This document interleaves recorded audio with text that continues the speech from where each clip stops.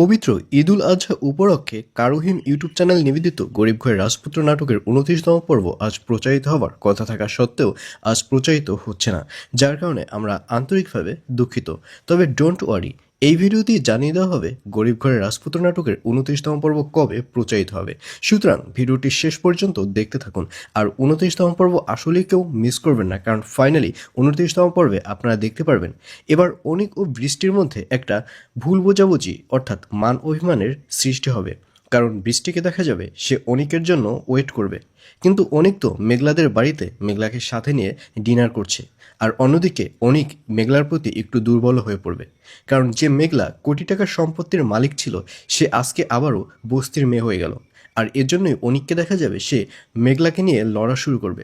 মেঘলার যে সম্পত্তি রয়েছে, মেঘলার যে শালিমা গ্রুপ অ্যান্ড বিল্ডার্সের অফিস রয়েছে, এইগুলো যে অনিকের বন্ধু আত্মসাৎ করেছে, এর জন্যই অনিককে দেখা যাবে সে তার বন্ধুর সাথে হাড্ডাহাড্ডি লড়াই শুরু করে দেবে। আর অন্যদিকে বৃষ্টি শুধু শুধুই অনিককে ভুল বুঝবে।